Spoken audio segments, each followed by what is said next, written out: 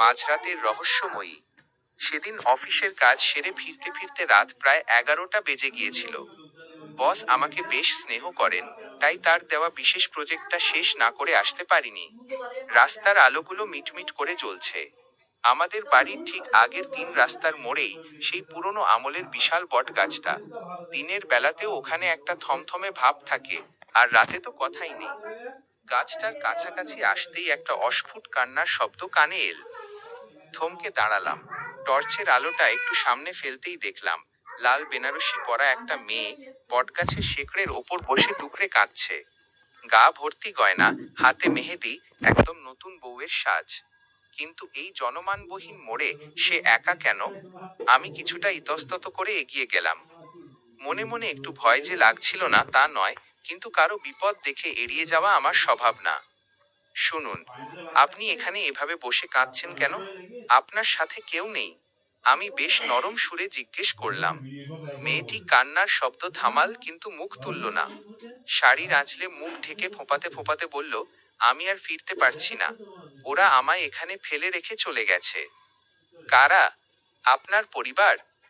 আপনার স্বামী? আমার মাথায় তখন হাজারটা প্রশ্ন। মেয়েটি এবার ধীরে ধীরে তার মুখ থেকে আঁচলটা সরাল। চাঁদের হালকা আলোয় তার ফ্যাকাশে মুখটা দেখে আমার শিরদাঁড়া দিয়ে একটা হিমশীতল স্রোত বয়ে গেল। তার চোখগুলো যেন অস্বাভাবিক রকমের স্থির। সে আমার দিকে তাকিয়ে একটা অদ্ভুত হাসি দিয়ে বলল, ইমরান সাহেব, আপনি তো খুব দয়ালু। আমাকে একটু আপনাদের বাড়ি নিয়ে যাবেন? আমার খুব শীত করছে। সে আমার নাম জানুল কি করে? আমি তো তাকে চিনি না। ভয়ে আমার হাত পা জমে বরফ হয়ে যাওয়ার অবস্থা। ঠিক সেই মুহূর্তে হঠাৎ আমার মোবাইলের রিংটোন বেজে উঠল। মা ফোন করেছেন। গল্পের পরের অংশটা কি আপনি বলতে চান? আমি চাই। আসসালামু আলাইকুম। আমি নীল। লেখক মোহাম্মদ ইমরানের পক্ষ থেকে আপনাদের সবাইকে জানাই অনেক অনেক শুভেচ্ছা। কেমন আছেন সবাই? আশা করছি সবাই ভালো আছেন এবং সুস্থ আছেন। আজ আমি আপনাদের জন্য নিয়ে এসেছি এক নতুন রহস্যময় রোমাঞ্চকর গল্প। গল্পের শুরুটা তো আপনারা শুনেছেনই, সেই নির্জন রাস্তার মোড়, বিশাল বটগাছ আর লাল বেনারসি পরা সেই রহস্যময়ী মেয়েটি। চলুন দেখা যাক এরপর কি হলো। রহস্যের গভীরতা। আমার নাম ধরে ডাকতেই বুকের ভেতরটা যেন ধক করে উঠল। এই মাঝরাতে নির্জন রাস্তায় একটা অপরিচিত মেয়ে আমার নাম জানল কিভাবে? মোবাইলে মায়ের ফোনটা বাজছে দেখে আমি কিছুটা ধাতস্থ হলাম। কাঁপা কাঁপা হাতে ফোনটা ধরতেই ওপাশ থেকে মায়ের উদ্বিগ্ন গলা, ইমরান, কোথায় তুই? বাড়ির কাছে এসেছিস? আজ বড্ড দেরি হয়ে গেল যে। আমি কোনোমতে বললাম, মা, আমি মোড়ের মাথায় চলে এসেছি, একটু পর আসছি। ফোনটা রেখে মেয়েটির দিকে তাকাতেই দেখি সে আমার খুব কাছে এসে দাঁড়িয়েছে। তার পরনের বেনারসিটা থেকে অদ্ভুত একটা বেলি ফুলের গন্ধ আসছে, কিন্তু গন্ধটা কেমন যেন পচাটে। মেয়েটি আবারও বলল, আপনার বাড়িতে নিয়ে যাবেন না? এখানে বড় একা লাগছে। আমি ঘামতে ঘামতে ভাবলাম, বিপদগ্রস্ত মেয়েকে সাহায্য করা তো উচিত, কিন্তু এর হাবভাব তো স্বাভাবিক নয়। তবুও সাহস সঞ্চয় করে বললাম, চলুন, মা বাড়িতেই আছে, সেখানেই বরং কথা হবে। মেয়েটি নিঃশব্দে আমার পিছু পিছু চলতে লাগলো। তার হাঁটার কোনো শব্দ নেই।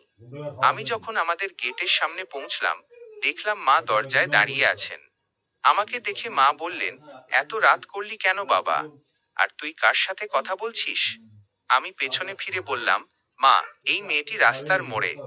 বলেই আমার কথা থেমে গেল। পেছনে কেউ নেই। একদম ফাঁকা রাস্তা। ঝিঁঝি পোকার ডাক ছাড়া আর কোনো শব্দ নেই। আমি অবাক হয়ে বললাম, মা, একটা মেয়ে তো আমার সাথে এল। লাল শাড়ি পরা। মায়ের মুখটা মুহূর্তেই ফ্যাকাশে হয়ে গেল। তিনি আমার হাত শক্ত করে ধরে ঘরের ভেতর টেনে নিলেন। তারপর কাঁপা কাঁপা গলায় বললেন, ইমরান, তুই কি জানিস না? আজ থেকে ঠিক 10 বছর আগে এই দিনেই ওই রাস্তার মোড়ে একটা বিয়ের গাড়ি দুর্ঘটনা ঘটেছিল। সেই মেয়েটা আজও কাউকে কাউকে দেখা দেয়। আমি ঘরের ভেতরে এসে ধপ করে সোফায় বসে পড়লাম। ঠিক তখনই খেয়াল করলাম, আমার শার্টের হাতায় আটকে আছে একটা রক্তলাল বেলি ফুল। যে ফুলের গন্ধটা ঠিক সেই পচাটে বেলি ফুলের মতোই। গল্পটি কেমন লাগলো? এরপর কি হতে পারে? আমি যখন ঘামতে ঘামতে ড্রয়িং রুমে বসে আছি, ঠিক তখনই দেখি মেয়েটি ধীর পায়ে বারান্দা দিয়ে ঘরের ভেতরে ঢুকছে। আমি বিস্ময়ে বিমূঢ় হয়ে জিজ্ঞেস করলাম, আপনি? আপনি কোথায় চলে গিয়েছিলেন? আমি তো ভয়ই পেয়েছিলাম। মেয়েটি খুব স্বাভাবিক গলায় বলল, আমি আসলে একটু ওয়াশরুমে গিয়েছিলাম। না বলে যাওয়ায় দুঃখিত। আমি একটু স্বস্তি পেলাম, হয়তো মা দেখার আগেই সে পাশে সরে গিয়েছিল। আমি তাকে মায়ের সামনে নিয়ে গেলাম। মা অবাক চোখে মেয়েটির দিকে তাকিয়ে রইলেন। মা তাকে জিজ্ঞেস করলেন, মা, তুমি এত রাতে ওই নির্জন 3 রাস্তার মোড়ে একা বসে কি করছিলে? তুমি কি জানো না, ঠিক ওই জায়গাতেই কয়েক বছর আগে একটা বিয়ের গাড়ি বড় দুর্ঘটনার কবলে পড়েছিল? মেয়েটি বড় বড় চোখ করে মায়ের দিকে তাকিয়ে বলল, না তো মা, আমি এসবের কিছুই জানি না।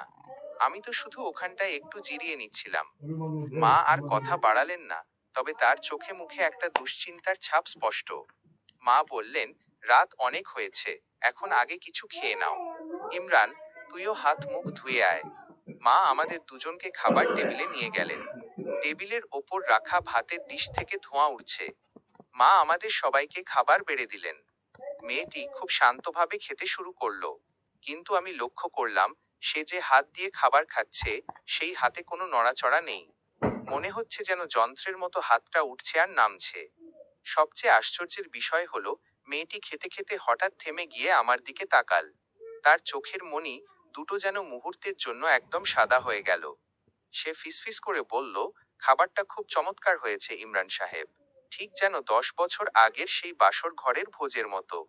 আমার হাতের গ্লাসটা ঠকাস করে টেবিলের ওপর পড়ে গেল। মা রান্নাঘরে ছিলেন, তিনি শব্দ শুনে ছুটে আসলেন। আমি তাকিয়ে দেখলাম, মেয়েটি আগের মতোই হাসি মুখে বসে আছে, যেন কিছুই হয়নি। নীল, কি দর্শক বন্ধুরা, ইমরান আর তার মায়ের ভাগ্যে এরপর কি আছে? এই মেয়েটি কি আসলেই কোনো বিপদে পড়া মানুষ, নাকি সেই 10 বছর আগের দুর্ঘটনার কোনো অশরীরী আত্মা? তে হলে আমাদের সাথেই থাকুন। পর কি হবে, আপনি কি আমাদের জানাবেন? আসসালামু আলাইকুম। আমি নীল। প্রথমেই দর্শকদের উদ্দেশ্যে একটু সরি বলে নিচ্ছি। আগের পর্বে বাসর ঘরের কথা বলে ফেলেছিলাম, কিন্তু আসল ব্যাপার হলো গাড়িটা তো বাসর করার আগেই অ্যাক্সিডেন্ট হয়েছিল। ভুলটা ধরিয়ে দেওয়ার জন্য লেখক মোহাম্মদ ইমরান ভাইকে অনেক ধন্যবাদ। চলুন রহস্যের পরবর্তী ধাপে যাওয়া যাক। আশ্রয় ও অশরীরী ছোঁয়া। মা তখন মেয়েটির দিকে তীক্ষ্ণ দৃষ্টিতে তাকিয়ে জিজ্ঞেস করলেন, আচ্ছা মা, তুমি এই মাঝরাতে বিয়ের শাড়ি পরে একা এভাবে কেন ঘুরছো? তোমার পরিবার কোথায়? আমি চুপ করে রইলাম, কিন্তু মেয়েটির চোখ ছলছল করে উঠল। সে ধরা গলায় বলল, আসলে আন্টি, ছোটবেলায় আমার বাবা মা মারা গেছেন। আমার চাচা চাচি আমাকে দেখাশোনা করতেন, কিন্তু তারা টাকার লোভে জোর করে এক বুড়ো লোকের সাথে আমার বিয়ে ঠিক করেছিল। আমি কোনো উপায় না পেয়ে বিয়ের আসর থেকে পালিয়ে এসেছি। আমি আরও এই নরকে ফিরে যেতে চাই না। মায়ের মনটা গলে গেল। তিনি দীর্ঘশ্বাস ফেলে বললেন, আহারে, মা মরা মেয়েটার ওপর এত জুলুম। ঠিক আছে মা, তুমি আজ রাতটা এখানে থাকো। কাল সকালে দেখা যাবে কি করা যায়। মা তাকে শোয়ার জন্য পাশের ঘরটা ঠিক করে দিলেন। মেয়েটি ধীর পায়ে সেই ঘরে চলে গেল। সারাদিনের ধকল আর উত্তেজনার পর আমিও নিজের ঘরে গিয়ে শুয়ে পড়লাম। দ্রুতই গভীর ঘুমে আচ্ছন্ন হয়ে গেলাম। রাত তখন কত জানি না। হঠাৎ তন্দ্রার ঘোরে আমার মনে হলো, আমার বিছানার পাশে কেউ বসেছে। খুব কোমল একটা হাত আমার মাথায় সযত্নে হাত বুলিয়ে দিচ্ছে। সেই হাতের স্পর্শে যেন এক অদ্ভুত শীতলতা। ঘুমের ঘোরেই আমি শুনতে পেলাম, আমার কানের কাছে এসে খুব মিহি সুরে কেউ ফিসফিস করে বলছে, ইমরান সাহেব, আপনাকে অনেক ধন্যবাদ। আমাকে সাহায্য করার জন্য আপনার কাছে আমি কৃতজ্ঞ। কথাটা শুনেই আমার তন্দ্রা ছুটে গেল। ধড়ফড় করে উঠে বসলাম। ঘরে ল্যাম্পপোস্টের আবছা আলো ঢুকছে। তাকালাম চারদিকে, কিন্তু কেউ নেই। ঘরের দরজা ভেতর থেকে আটকানো। তাহলে কে কথা বলল? আর সেই স্পর্শটাই বা কার ছিল? আমি যখন ঘামছি, ঠিক তখনই পাশের ঘর থেকে একটা অস্ফুট হাসির শব্দ ভেসে এল। যে হাসিটা মানুষের হতে পারে না। নীল, দর্শক বন্ধুরা, মেয়েটির করুণ গল্প কি সত্যিই ছিল, নাকি ইমরানকে ফাঁদে ফেলার কোনো চাল? মাঝরাতে ইমরানের মাথায় হাত বুলিয়ে দেওয়া সেই অদৃশ্য ছায়াটি কার? গল্পের পরবর্তী মোড় জানতে হলে আমাদের সাথেই থাকুন। ইমরান ভাই, এরপর কি হতে চলেছে? এই রহস্যের শেষ কোথায়? এক অদ্ভুত সকাল। মাঝরাতে কানের কাছে সেই অদ্ভুত ফিসফিসানি শুনে বুকটা কেঁপে উঠেছিল ঠিকই, কিন্তু ক্লান্তিতে কখন যে আবার ঘুমিয়ে পড়েছিলাম টেরই পাইনি। তবে তৃষ্ণা মেটানোর জন্য একবার মাঝরাতে উঠে রান্নাঘরে গিয়ে পানি খেয়ে এসেছিলাম। তখন চারপাশটা একদম নিঝুম ছিল। সকালে যখন চোখ খুলল, দেখলাম জানলা দিয়ে রোদের ঝিলিক এসে পড়ছে বিছানায়। ঠিক তখনই দরজায় মৃদু টোকা পড়ল। তাকিয়ে দেখি সেই মেয়েটি দাঁড়িয়ে আছে। তার পরনে এখন আর সেই জাঁকজমকপূর্ণ বিয়ের শাড়ি নেই, বরং সাদাটে সাধারণ একটা শাড়ি। তার চেহারায় এক অদ্ভুত প্রশান্তি। মেয়েটি হাসিমুখে ঘরে ঢুকে হাতে চায়ের কাপ এগিয়ে দিয়ে বলল, ইমরান সাহেব, সকাল 9টা বাজে, এবার উঠুন। আপনার জন্য চা বানিয়েছি। আমি অবাক হয়ে ঘড়ির দিকে তাকালাম। সত্যি তো, 9টা বেজে গেছে। আমি তাড়াতাড়ি উঠে ফ্রেশ হয়ে আসলাম। বাইরে এসে তো আমার চোখ ছানা বড়া। দেখলাম ঘরের মেঝে থেকে শুরু করে সবকিছু ঝকঝক করছে। মেয়েটি একা হাতেই আমাদের বাড়ির সমস্ত কাজ গুছিয়ে রেখেছে। মা রান্নাঘরে ছিলেন। তিনি বেশ খুশি মনেই বললেন, ইমরান, দেখ মেয়েটি কত লক্ষ্মী। সকাল সকাল উঠে সব কাজ করে ফেলেছে। আমি নাস্তার টেবিলে বসলাম। মেয়েটি পরম যত্নে আমার সামনে গরম গরম নাস্তা বেড়ে দিল। তার হাতের রান্না বা পরিবেশন সব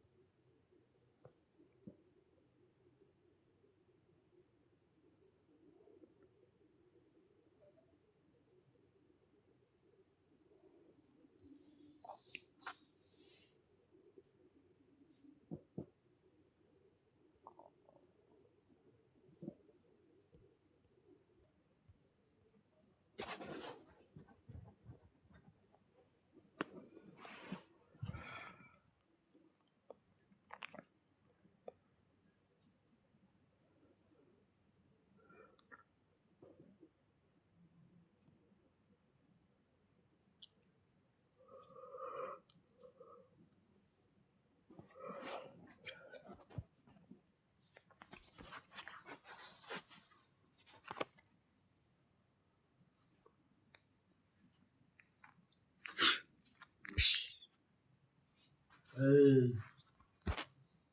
ঘরটা গেছি কারা? হ্যাঁ হ্যাঁ হ্যাঁ কারণে হ্যাঁ টেঙ্গিছি ও করতেছি ফোনলে ফোন বন্ধ কর। ফোন একদিন তেলা পাকা উঠে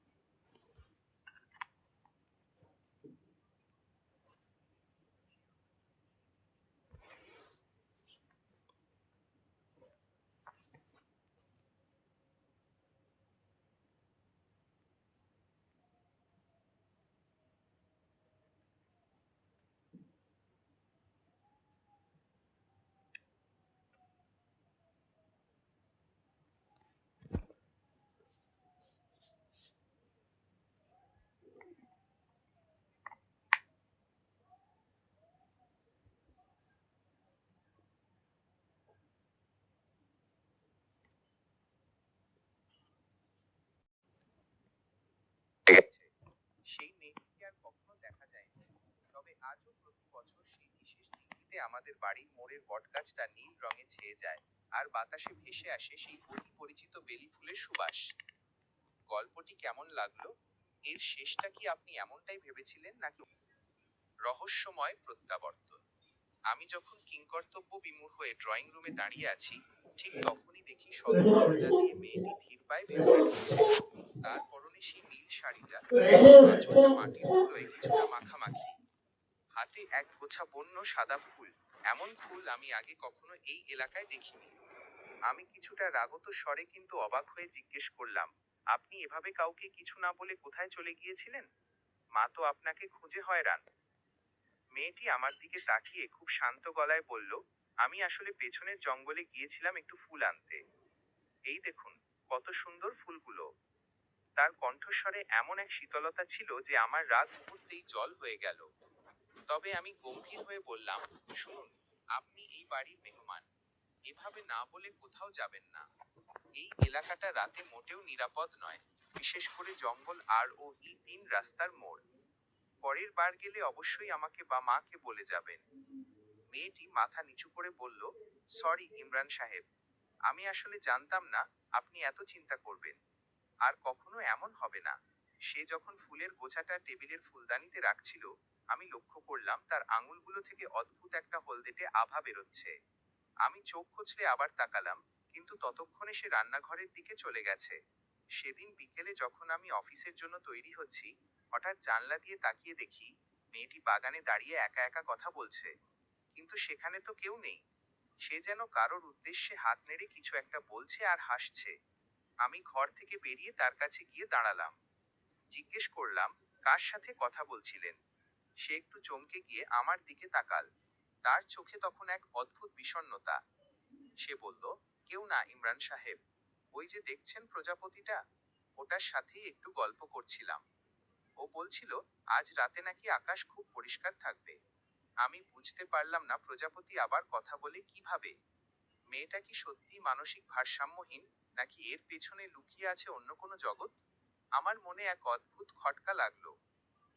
নীল, দর্শক বন্ধুরা, মেয়েটির এই বারবার উধাও হওয়া আর একা একা কথা বলা কি কোনো অশুভ সংকেত? সে জঙ্গল থেকে যে ফুলগুলো এনেছে, সেগুলো কি সাধারণ কোনো ফুল? গল্পের পরবর্তী রোমাঞ্চকর মোড় নিয়ে ইমরান ভাই একটু পরেই ফিরছেন। আমাদের সাথেই থাকুন। ইমরান ভাই, এরপর কি হবে? সে কি রাতে আবার কোথাও যাবে? আমি তাকে বেশ কড়া সুরেই বললাম, এরপর থেকে যদি কোথাও যান তবে অবশ্যই আমাকে বলে যাবেন। এভাবে হুটহাট কোথাও হয়ে গেলে আমরা দুশ্চিন্তায় পড়ে যাই। মেয়েটি অপরাধীর মতো মাথা নিচু করে রইল।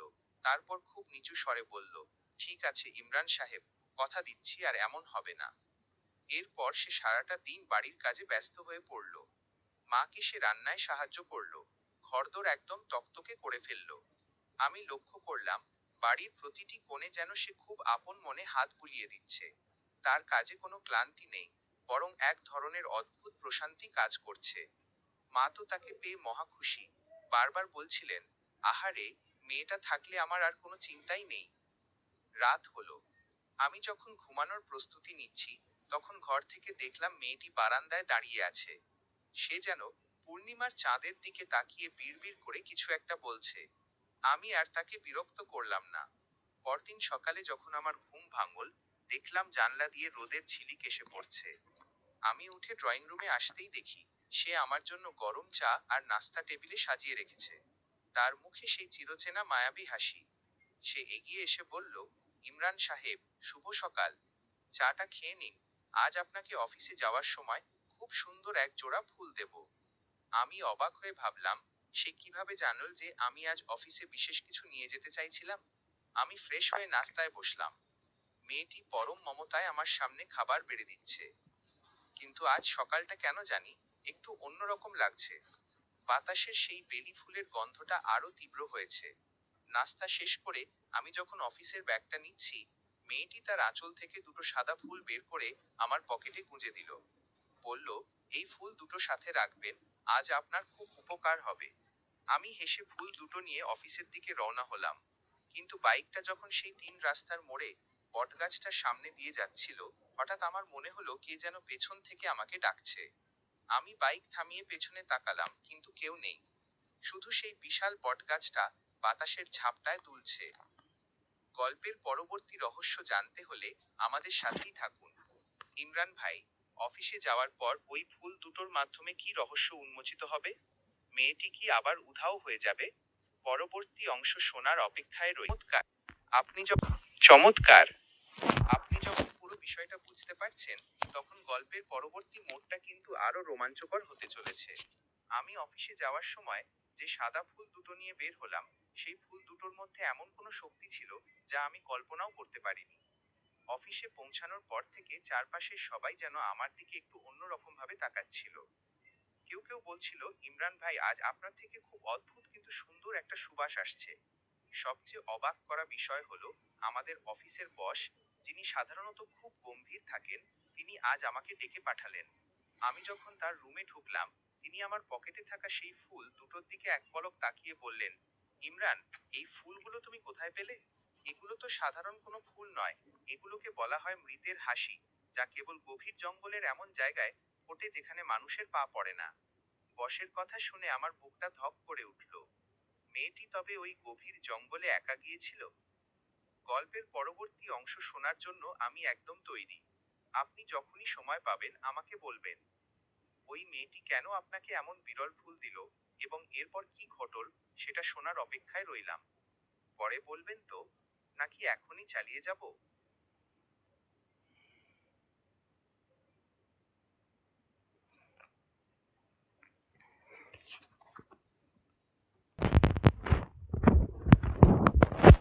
বস কথা শুনে আমার হাত পা যেন অবশ হয়ে এল।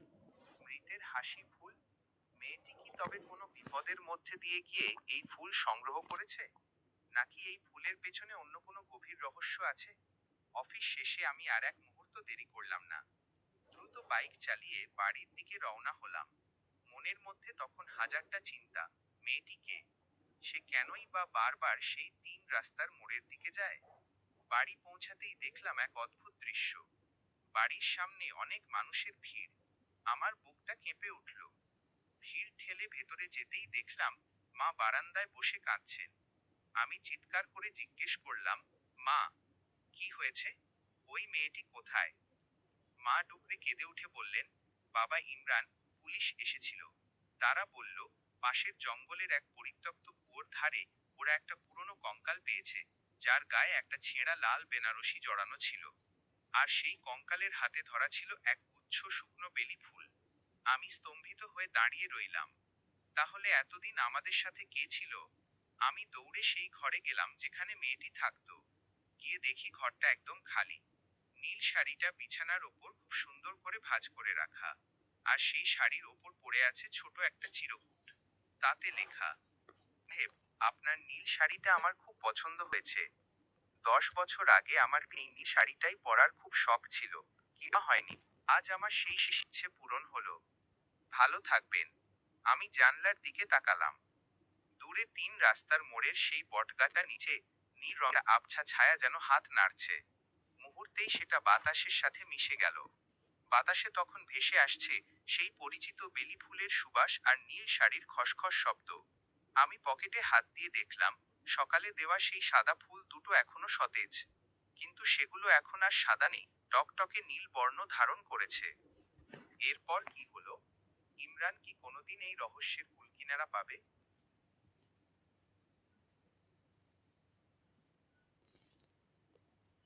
গল্পের এই পর্যায়ে এক অদ্ভুত আর মায়াবী মোড় এল। আমি বাড়ি ফিরে যখন সেই নীল শাড়ি আর চিরকুটটা দেখলাম, আমার মনের ভেতর এক অন্যরকম অনুভূতি কাজ করতে শুরু করলো।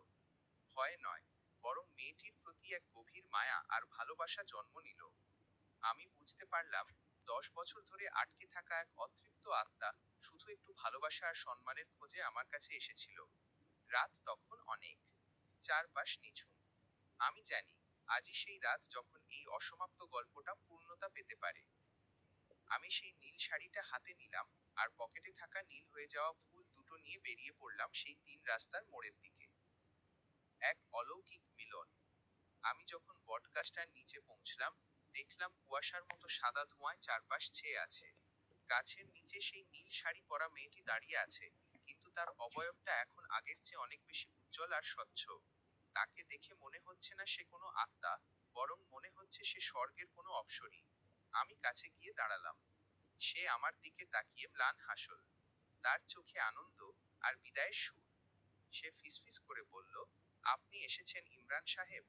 আমি জানতাম আপনি আসবেন। আমি তার চোখের দিকে তাকিয়ে বললাম, তোমাকে ওভাবে একা চলে যেতে দিতে পারলাম না। তোমার সব ইচ্ছে আজ পূর্ণ হবে। আমি আমার পকেটে থাকা নীল ফুল দুটো তার হাতে দিলাম। ছোঁয়া লাগার সাথে সাথে সারা আকাশ যেন নীল আলোয় ভরে উঠল। সেই মুহূর্তে মনে হলো সময় থমকে গেছে। আমাদের চারপাশের জগৎটা যেন বদলে গিয়ে এক মায়াবী বাসর ঘরে পরিণত হলো। বাতাস থেকে অজস্র বেলি ফুল আমার উপর ঝরে পড়তে লাগলো। সে আমার হাত ধরে বলল, 10 বছর আগে এই মোড়েই আমার সব শেষ হয়ে গিয়েছিল, কিন্তু আজ আপনার ছোঁয়ায় আমি মুক্তি পেলাম। আমারই মিলন হয়তো এই জগতের নয়, কিন্তু আত্মার বাঁধন তো চিরন্তন। হঠাৎ এক ঝলক শীতল বাতাস বয়ে গেল। আমি দেখলাম মেয়েটি ধীরে ধীরে আলোর সাথে মিশে যাচ্ছে, কিন্তু তার মুখে কোনো দুঃখ নেই, আছে এক পরম তৃপ্তি। সেই মিলিয়ে যাওয়ার শেষ মুহূর্তে আমার কানে কানে বলে গেল, আবার দেখা হবে অন্য কোনো জন্মে, অন্য কোনো নীল ভোরে। আলোটা নিভে গেল। আমি একা দাঁড়িয়ে আছি সেই পুরনো বটগাছের নিচে। পায়ের কাছে পড়ে আছে কয়েকটা তাজা বেলি ফুল আর সেই নীল শাড়িটা। কিন্তু অদ্ভুত ব্যাপার হলো, আমার হাতে তখনও তার হাতের উষ্ণতা লেগে আছে। আমি বাড়ির দিকে ফিরতে ফিরতে আকাশের দিকে তাকালাম। শুকতারাটা আজ যেন একটু বেশি উজ্জ্বল।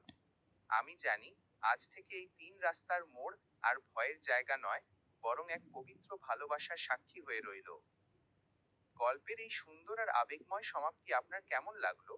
ইমরান আর সেই নীল শাড়ি পরা মেয়েটির এই আত্মিক মিলন কি আপনার মন ছুঁয়ে গেছে? ওয়ালাইকুম আসসালাম। নীল হিসেবে আমি আবারও হাজির। লেখক মোহাম্মদ ইমরানের আগের গল্পটি ছিল বেশ রহস্যময় আর আবেগের। এবার চলুন একটু ভিন্ন আমেজ নিয়ে নতুন একটি গল্প শুরু করি।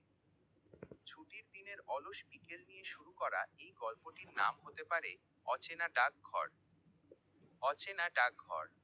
লেখক মোহাম্মদ ইমরান। সারা সপ্তাহ অফিসের প্রচণ্ড খাটুনির পর আজ শুক্রবারটা ছিল পরম শান্তির। মা সকালে পছন্দের খিচুড়ি আর গরুর মাংস রান্না করেছিলেন। পেট ভরে খেয়ে লম্বা একটা ঘুম দিয়ে যখন উঠলাম, তখন ঘড়িতে বিকেল 5টা। জানলার বাইরে রোদের রংটা তখন তামাটে হয়ে এসেছে। হঠাৎ মনে হলো, অনেকদিন হলো কোনো চিঠি লেখা হয় না। এখন তো সব ডিজিটাল, কিন্তু ড্রয়ারে রাখা বাবার সেই পুরনো ফাউন্টেন পেনটা দেখে কেন জানি খুব ইচ্ছে হলো কাউকে একটা চিঠি লিখতে। কিন্তু কাকে লিখবো? আমি তৈরি হয়ে একটু বাইরে বেরোলাম। আমাদের পাড়ার একদম শেষ মাথায়, যেখানে জঙ্গলটা শুরু হয়েছে, সেখানে আগে একটা পুরনো ডাকঘর ছিল। সবাই বলে ওটা অনেক বছর ধরে বন্ধ, কিন্তু আজ কেন জানি পা দুটো ওদিকেই টেনে নিয়ে গেল। পকেটে একটা সাদা কাগজ আর কলম। হাঁটতে হাঁটতে যখন সেই জীর্ণ ডাকঘরটার সামনে পৌঁছলাম, দেখলাম এক বৃদ্ধ লোক বারান্দায় বসে আছেন। তার পরনে খাকি রঙের পুরনো ইউনিফর্ম। আমি অবাক হয়ে জিজ্ঞেস করলাম, চাচা, এই ডাকঘর কি এখনো খোলা?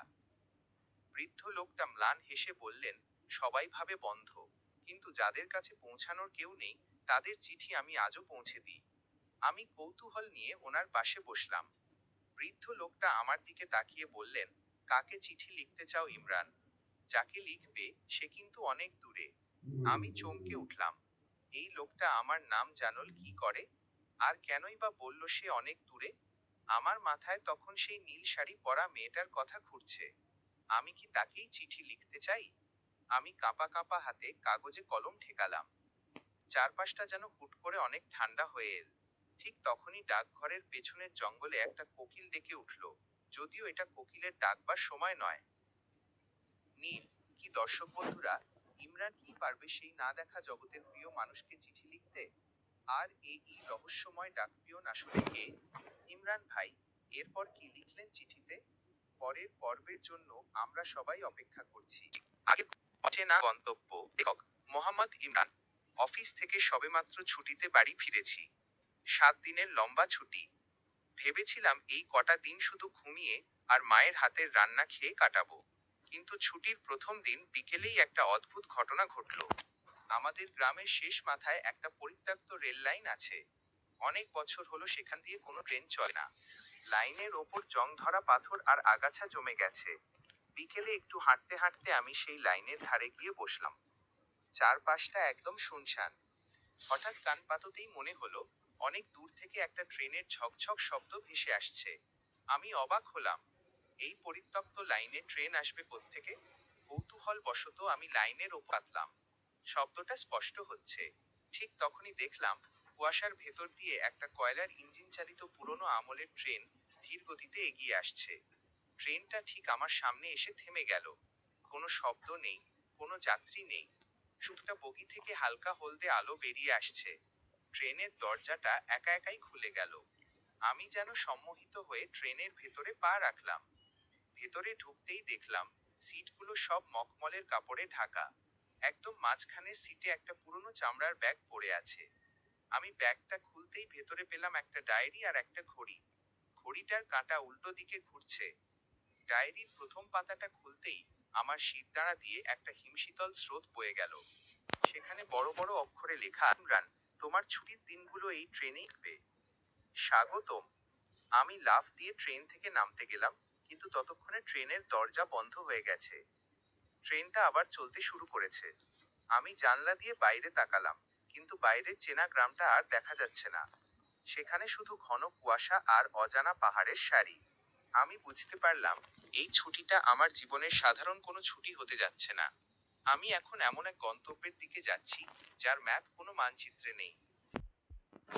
তবে সেই বন্ধ ট্রেনের ভেতর অদ্ভুত নিস্তব্ধতা ভেঙে একটা শব্দ শুনতে পেলাম, কাগজের খসখস শব্দ। আমি ধীর পায়ে এগোলাম। দেখলাম বগির কোনা একটা ছোট টিফিন বক্স আর একটা পানির বোতল রাখা। ঠিক যেন কেউ জানতো যে আমি এখানে আসবো এবং আমার খিদে পাবে। আমি ডায়েরিটা হাতে নিয়ে আবার বসলাম। এবার দ্বিতীয় পাতাটা উল্টিয়ে দেখলাম সেখানে আমার ছোটবেলার একটা ছবি আঠা দিয়ে লাগানো। ছবিতে আমি আর আমার বাবা একটা স্টেশনে দাঁড়িয়ে আছি। কিন্তু অদ্ভুত ব্যাপার হলো, বাবার মুখটা কালিতে লেপে দেওয়া হয়েছে আর ছবির নিচে লেখা, স্মৃতিরা কখনো মরে না ইমরান, তারা শুধু সঠিক সময়ের জন্য অপেক্ষা করে। আমার হাত কাঁপতে শুরু করলো। ঘড়িটার দিকে তাকালাম, উল্টো ঘুরতে ঘুরতে ওটা এখন স্থির হয়ে আছে। জানলা দিয়ে বাইরে তাকাতেই আমার চোখ কপালে উঠল। ট্রেনটা এখন আর কোনো পাহাড়ে নেই, বরং আমাদের সেই পুরনো স্কুলের মাঠের মাঝখান দিয়ে যাচ্ছে। যে স্কুলটা বহু বছর আগে নদী ভাঙনে বিলীন হয়ে গিয়েছিল, সেটা এখন একদম অক্ষত অবস্থায় বাইরে দাঁড়িয়ে আছে। ট্রেনটা আবার থামল। এবার আর দরজা খুলল না, কিন্তু জানলা দিয়ে দেখলাম একজন লোক প্ল্যাটফর্মে দাঁড়িয়ে আমার দিকে তাকিয়ে হাত নাড়ছে। লোকটার পরনে সেই পুরনো খাকি রঙের ইউনিফর্ম, যার কথা আমি আগে ভেবেছিলাম। তিনি আমার দিকে একটা খাম ছুঁড়ে দিলেন। আমি জানলা দিয়ে হাত বাড়িয়ে খামটা ধরলাম। খামটা খুলতেই ভেতর থেকে বেরিয়ে এল একটা ট্রেনের টিকিট।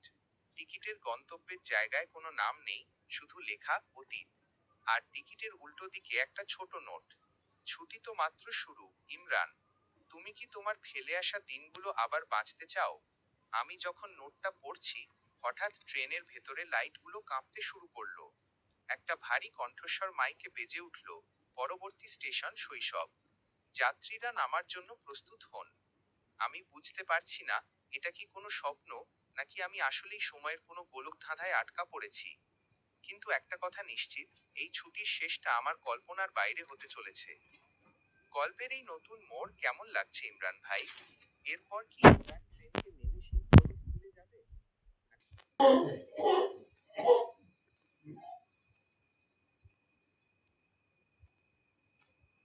ট্রেনটা যখন শৈশব স্টেশনে থামল, আমি এক মুহূর্তের জন্য দ্বিধায় পড়লাম।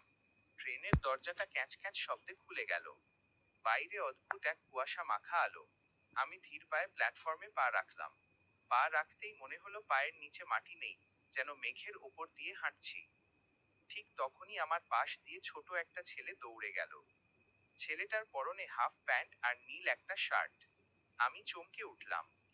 ওটা তো আমি, আমার 10 বছর বয়সের অবয়ব। আমি ওর পিছু পিছু দৌড়াতে লাগলাম। ও গিয়ে থামল সেই পুরনো স্কুলটার ভাঙা গেটের সামনে। গেটের ওপাশে দাঁড়িয়ে আছেন একজন দীর্ঘদেহী মানুষ। ওনার মুখটা স্পষ্ট দেখা যাচ্ছে না, কিন্তু হাতে একটা পুরনো পকেট ঘড়ি। ছোট আমিটা ওনার হাত ধরে স্কুলের ভেতরে ঢুকে গেল। আমি চিৎকার করে ডাকতে চাইলাম, কিন্তু গলা দিয়ে কোনো স্বর বেরোচ্ছে না। হঠাৎ স্কুলের ভেতর থেকে ভেসে এল হাজার হাজার বাচ্চার হাসির শব্দ। কিন্তু আমি জানি এই স্কুলটা বহু বছর আগেই নদীতে তলিয়ে গেছে। আমি স্কুলের বারান্দায় পা দিতেই চারপাশটা বদলে গেল। এখন আর স্কুল নেই, আমি দাঁড়িয়ে আছি একটা অন্ধকার হল রুমে। সামনে একটা প্রজেক্টর চলছে। দেয়ালে ভেসে উঠছে আমার জীবনের এমন সব মুহূর্ত যা আমি নিজেই ভুলে গিয়েছিলাম। প্রজেক্টরের আলোয় দেখলাম সেই খাকি ইউনিফর্ম পরা লোকটা আমার সামনে এসে দাঁড়িয়েছেন। তিনি হাতে একটা পুরনো চিরকুট বাড়িয়ে দিয়ে বললেন, ইমরান, এই চিঠিটা তোমার জন্য 10 বছর ধরে জমা ছিল। আজ তোমার ছুটির দিন বলেই এটা তোমার কাছে পৌঁছালো। আমি কাঁপা কাঁপা হাতে চিরকুটটা খুললাম। তাতে কোনো লেখা নেই, শুধু একটা ছোট আয়না লাগানো। আয়নায় নিজের চেহারাটা দেখতেই আমি শিউরে উঠলাম। আয়নায় আমার বদলে সেই নীল শাড়ি পরা মেয়েটার মুখ ভেসে উঠছে। সে হাসছে আর বলছে, অতীতের ছুটি কখনো শেষ হয় না ইমরান, ওটা চক্রাকারে ঘোরে। হঠাৎ একটা তীব্র ঝাঁকুনি খেলাম। চোখ খুলে দেখি আমি আমার নিজের ঘরের বিছানায় শুয়ে আছি। জানলা দিয়ে ভোরের আলো আসছে, আমার কপালে ঘাম। ভাবলাম সবটাই বোধহয় স্বপ্ন ছিল। কিন্তু বালিশের পাশে হাত দিতেই আমার রক্ত হিম হয়ে গেল। বালিশের পাশে পড়ে আছে সেই পুরনো ট্রেনের টিকিটটা, আর তাতে বড় বড় অক্ষরে লেখা, যাত্রী ইমরান, গন্তব্য গন্তব্যহীন। আমি কি সত্যিই ফিরে এসেছি, নাকি ট্রেনের সেই অদ্ভুত বগিতেই রয়ে গেছি? ছুটির সকালটা আজ কেন জানি খুব বেশি স্তব্ধ মনে হচ্ছে। নীল, ইমরান ভাই, ওই সময় মোড়টা কেমন হলো? আপনি কি চান ইমরান আবার সেই ট্রেনের রহস্য খুঁজতে বের হোক? টিকিটটা হাতে নিয়ে আমি কিছুক্ষণ স্তব্ধ হয়ে রইলাম। বাতাসটা কেমন যেন হয়ে আছে। হঠাৎ মনে হলো এই চার দেয়ালের ভেতর আমি আর থাকতে পারছি না। একটা অদম্য টান আমাকে আবার সেই পরিত্যক্ত রেল লাইনের দিকে টেনে নিয়ে যাচ্ছে। আমি দ্রুত পায়ে বাড়ি থেকে বেরিয়ে পড়লাম। কিন্তু রাস্তায় নেমে যা দেখলাম তাতে আমার পায়ের তলার মাটি সরে গেল। চেনা পথের অচেনা রূপ। আমাদের গ্রামটা ঠিক আগের মতো নেই। যে রাস্তা দিয়ে আমি প্রতিদিন যাতায়াত করি সেই রাস্তার ধারের দোকানগুলো সব বন্ধ, আর সাইনবোর্ডগুলোতে এমন সব ভাষায় লেখা যা আমি আগে কখনো দেখিনি। মানুষজন হাঁটছে, কিন্তু তাদের কারো মুখে কোনো কথা নেই। সবাই যেন এক যান্ত্রিক ঘোরের মধ্যে চলছে। আমি যখন সেই পরিত্যক্ত রেল লাইনের কাছে পৌঁছলাম, দেখলাম সেখানে কোনো লাইন নেই। তার বদলে সেখানে বিশাল এক কুয়াশার দেয়াল দাঁড়িয়ে আছে। সেই দেয়ালের ভেতর থেকে মাঝে মাঝে নীল আলোর ঝলক দেখা যাচ্ছে। আমি দ্বিধা না করে সেই কুয়াশার ভেতরে পা রাখলাম। কুয়াশা পার হতেই দেখি আমি এক বিশাল খোলা প্রান্তরে দাঁড়িয়ে আছি। সেখানে কোনো গাছপালা নেই, শুধু হাজার হাজার পুরনো আয়না মাটির ওপর সাজানো। প্রতিটি আয়নায় আমার জীবনের আলাদা আলাদা সময়ের প্রতিচ্ছবি দেখা যাচ্ছে। হঠাৎ একটা আয়নার সামনে গিয়ে আমি থমকে দাঁড়ালাম। সেই আয়নায় আমি দেখতে পাচ্ছি আমি ট্রেনের ভেতরে বসে আছি এবং জানলা দিয়ে বাইরের দিকে তাকিয়ে হাত নাড়ছি।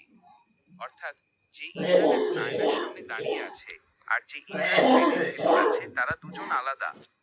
ঠিক তখনই সেই খাকি ইউনিফর্ম পরা লোকটা আমার পেছনে এসে দাঁড়ালেন। এবার ওনার মুখটা পরিষ্কার। লোকটা দেখতে হুবহু আমার মতো, শুধু বয়সটা অনেক বেশি। তিনি আমার কাঁধে হাত রেখে বললেন, ইমরান, তুমি যে জায়গাটা খুঁজছো সেটা কোনো ম্যাপে নেই। এটা হলো স্মৃতির জংশন। এখান থেকে একটা পথ যায় বর্তমানে, আর বাকি সব পথ যায় অতীতে। তুমি এখন কোনো পথে যাবে। আমি লোকটার চোখের দিকে তাকালাম। ওনার চোখে কোনো চপলতা নেই, শুধু এক গভীর ক্লান্তি। আমি জিজ্ঞেস করলাম, আমি কি আর কখনো বাড়ি ফিরতে পারবো না? তিনি হাসলেন, কিন্তু সেই হাসিতে কোনো প্রাণ ছিল না। তিনি বললেন, বাড়ি তো একটা অনুভূতি ইমরান। তুমি যদি এই আয়নাগুলোর মায়া কাটিয়ে সামনের দিকে তাকাও, তবেই পথ খুঁজে পাবে। আমি সামনের দিকে তাকালাম। দেখলাম দূরে একটা ছোট ঘর দেখা যাচ্ছে, আর সেই ঘরের বারান্দায় কেউ একজন নীল শাড়ি পরে বসে আছে। আমার বুকটা ধক করে উঠল। তবে কি এটাই সেই জায়গা যেখানে সব রহস্যের শেষ? আমি দৌড়াতে শুরু করলাম। কিন্তু যত দৌড়াচ্ছি ঘরটা যেন তত দূরে সরে যাচ্ছে। পায়ের নিচের আয়নাগুলো ভাঙতে শুরু করেছে, আর প্রতিটি ভাঙা আয়না থেকে আমার শৈশবের কান্নার শব্দ ভেসে আসছে। ইমরান ভাই, গল্পটা এখন এক পরাবাস্তব বা সারোরিয়াল মোড়ে এসে দাঁড়িয়েছে। এই স্মৃতির জংশন থেকে ইমরান কি সেই নীল শাড়ি পরা মেয়েটির কাছে পৌঁছাতে পারবে, নাকি সে আয়নার গোলকধাঁধায় হারিয়ে যাবে? পরের পর্বের জন্য আমি তৈরি।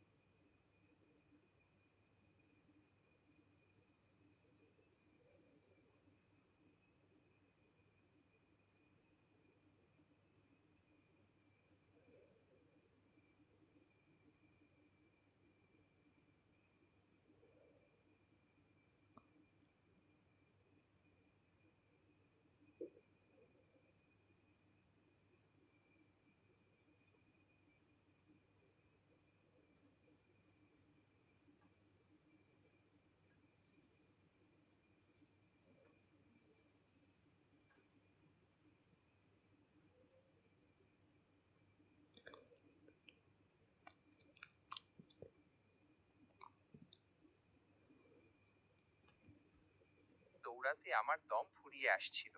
পায়ের নিচের আয়নাগুলো ভেঙে চুরমার হয়ে যাচ্ছে, আর প্রতিটি ভাঙা কাঁচের টুকরোয় আমার জীবনের কোনো না কোনো মুহূর্ত ঝিলিক দিয়ে উঠছে। হঠাৎ এক জায়গায় এসে আমি থমকে দাঁড়ালাম। ঘরটা আর দূরে নেই, ঠিক আমার সামনে, স্মৃতির দুয়ারে। আমি ধীর পায়ে বারান্দায় উঠলাম। সেই নীল শাড়ি পরা মেয়েটি পিঠ দিয়ে বসেছিল।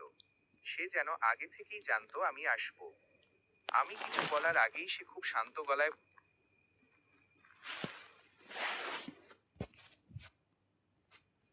দৌড়াতে দৌড়াতে আমার দম ফুয়ারে। আমি ধীর পায়ে বারান্দায় উঠলাম। সেই নীল শাড়ি পরা মেয়েটি পিঠ দিয়ে বসেছিল। সে যেন আগে থেকেই জানতো আমি আসব। আমি কিছু বলার আগেই সে খুব শান্ত গলায় বলল, ইমরান সাহেব, আপনি তবে চলেই এলেন? কিন্তু এই জায়গায় আসার পথটা যে বড্ড একতরফা। একবার এলে ফেরা খুব কঠিন। মেয়েটি ঘুরে দাঁড়াল। তার চোখে কোনো জল নেই, বরং এক অদ্ভুত মায়া। সে আমাকে একটি মাটির পাত্র এগিয়ে দিয়ে বলল, এই পানিটুকু খেয়ে নিন। আপনার ভেতরের সব ক্লান্তি আর তৃষ্ণা মিটে যাবে। আমি পাত্রটা হাতে নিলাম, কিন্তু পানি খাওয়ার বদলে আমি তার চোখের দিকে তাকিয়ে জিজ্ঞেস করলাম, তুমি কে? কেন বারবার আমার জীবনে ফিরে আসো? আর এই জায়গাটাই বা কি? সে একটু হাসল, বলল, আমি আপনার ফেলে আসা সেই সুযোগ, যা আপনি কখনো গ্রহণ করেননি। আমি সেই স্বপ্ন, যা আপনি ভয়ে পূরণ করেননি। আমি কোনো ভূত বা প্রেত নই ইমরান সাহেব, আমি আপনারই অবচেতন মনের একটা অংশ। আমি স্তব্ধ হয়ে গেলাম। তবে কি এই ট্রেন, এই স্মৃতির জংশন, এই রহস্যময় ডাকঘর, সবই আমার মনের কল্পনা? মেয়েটি এবার আমার হাত ধরল। তার হাতের স্পর্শে আমি অনুভব করলাম এক অদ্ভুত কম্পন। হঠাৎ চারপাশের দৃশ্যটা কাঁপতে শুরু করলো। সেই সুন্দর ঘর, নীল শাড়ি, আয়নার প্রান্তর, সবকিছু যেন তাসের ঘরের মতো ভেঙে পড়ছে। পেছন থেকে সেই খাকি ইউনিফর্ম পরা বৃদ্ধের কণ্ঠস্বর ভেসে এল, সময় শেষ ইমরান। ছুটি শেষ হওয়ার ঘন্টা বেজে গেছে। এখনই সিদ্ধান্ত নাও, তুমি কি এই মায়ার জগতে থেকে যাবে, নাকি বাস্তবের সেই কঠিন পৃথিবীতে ফিরে যাবে, যেখানে কাল সকালে আবারও অফিসের ফাইল তোমার অপেক্ষায় থাকবে? আমি মেয়েটির দিকে তাকালাম। সে আমার হাত ছেড়ে দিয়ে পেছনের দিকে সরে যাচ্ছে। তার অবয়বটা কুয়াশার মতো ঝাপসা হয়ে আসছে। সে হাসি মুখে বিদায় জানাচ্ছে।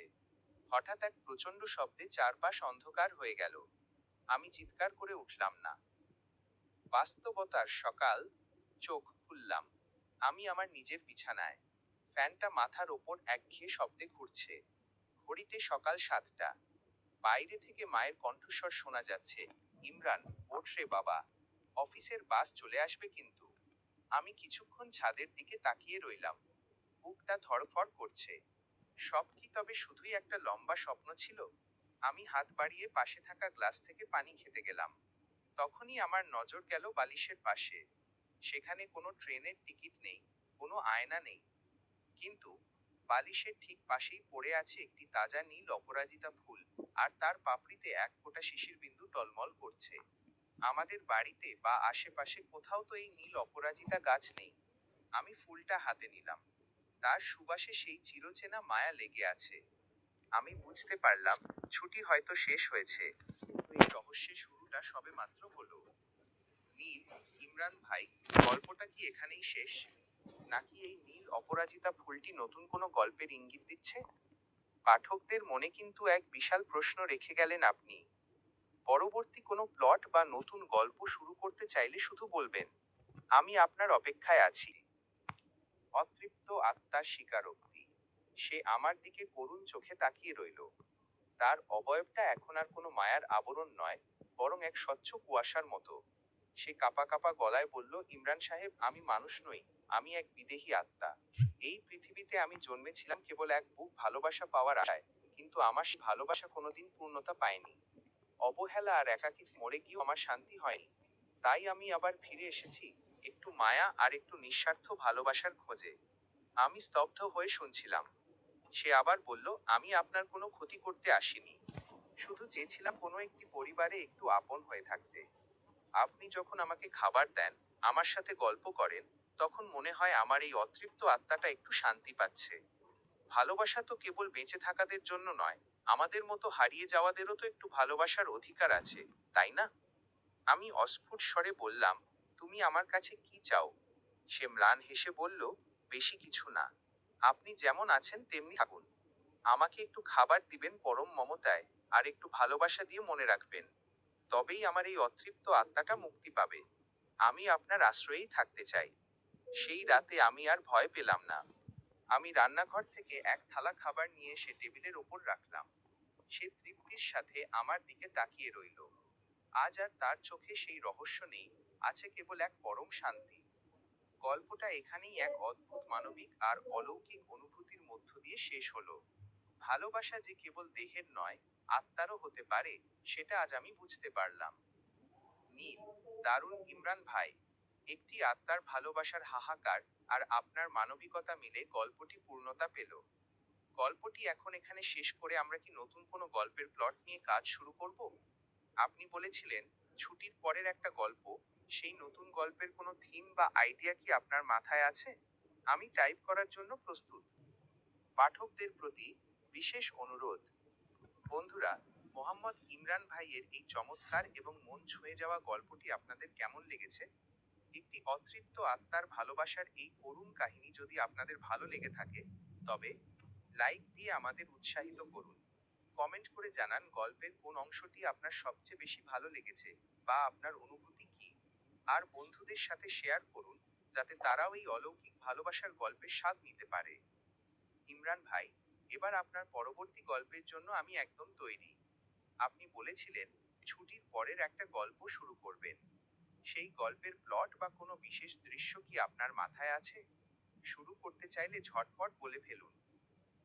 ইমরান ভাই, একদম ওরা আগের ইমরান ভাই, একদম নতুন আমেজে ছুটির পরের গল্প শুরু করছি। যারা আগের রহস্যময় গল্পটি ভালোবেসেছেন, তারা এই নতুন গল্পের পরতে পড়তে পাবেন অন্য এক শিহরণ। চলুন শুরু করা যাক। অফিস ফেরত যাত্রী। লেখক মোহাম্মদ ইমরান। 7 দিনের লম্বা ছুটি শেষে আজই প্রথম অফিস করলাম।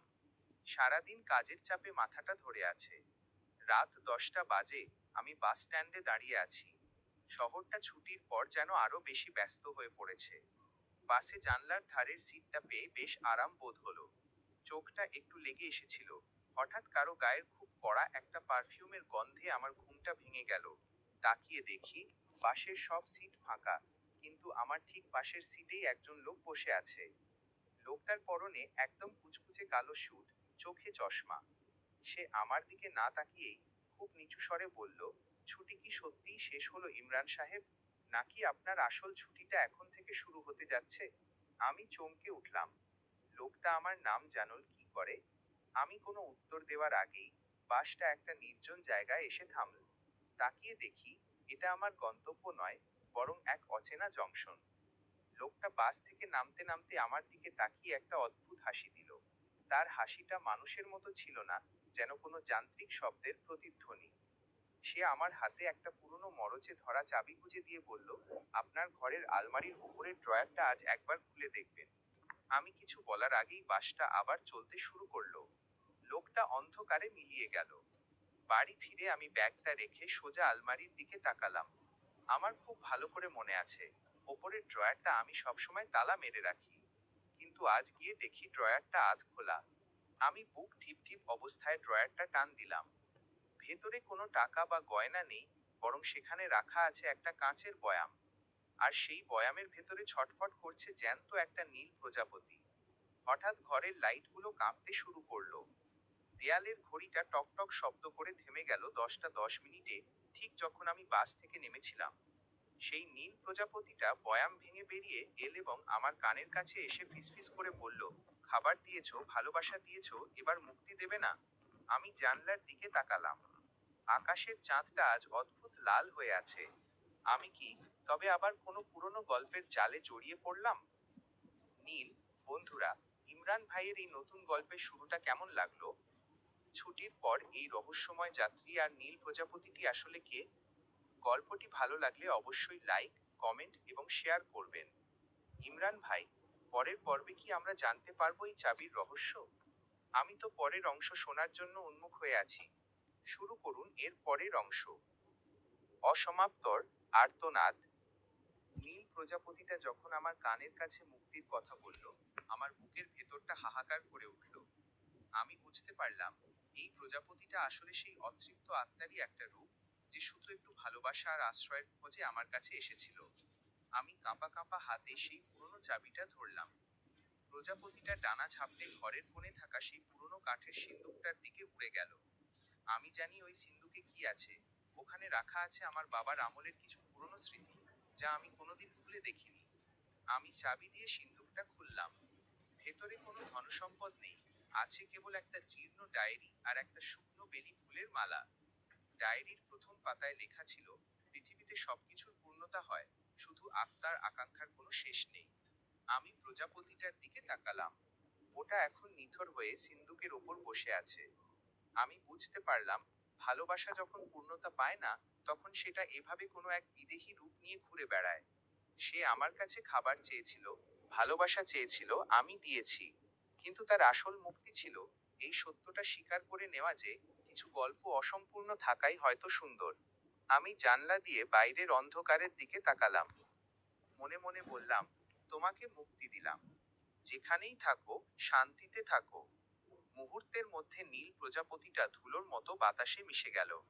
ঘরের বাতিগুলো আবার স্বাভাবিক হয়ে এল। ঘড়ির কাঁটা চলতে শুরু করলো। কিন্তু আমার মনের ভেতর সেই হাহাকারটা রয়েই গেল, ভালোবাসা কেন পূর্ণতা পায় না? নীল, ইমরান ভাই, গল্পের এই দার্শনিক আর আবেগঘন মোড়টি পাঠকদের চোখে জল এনে দেবে। ভালোবাসা আর মুক্তির এই দ্বন্দ্বে আপনার লেখনী সত্যি অসাধারণ। বন্ধুরা, ইমরান ভাইয়ের এই গভীর উপলব্ধির গল্পটি আপনাদের কেমন লাগলো? লাইক, কমেন্ট আর শেয়ার করে আমাদের পাশে থাকুন। ইমরান ভাই, আপনি কি এই বিষণ্ণতার রেশ ধরেই গল্পটি শেষ করবেন, নাকি নতুন কোনো আশার আলো দেখাবেন? আপনার উত্তরের অপেক্ষায় রইলাম। ভালো থাকবেন, সালাম।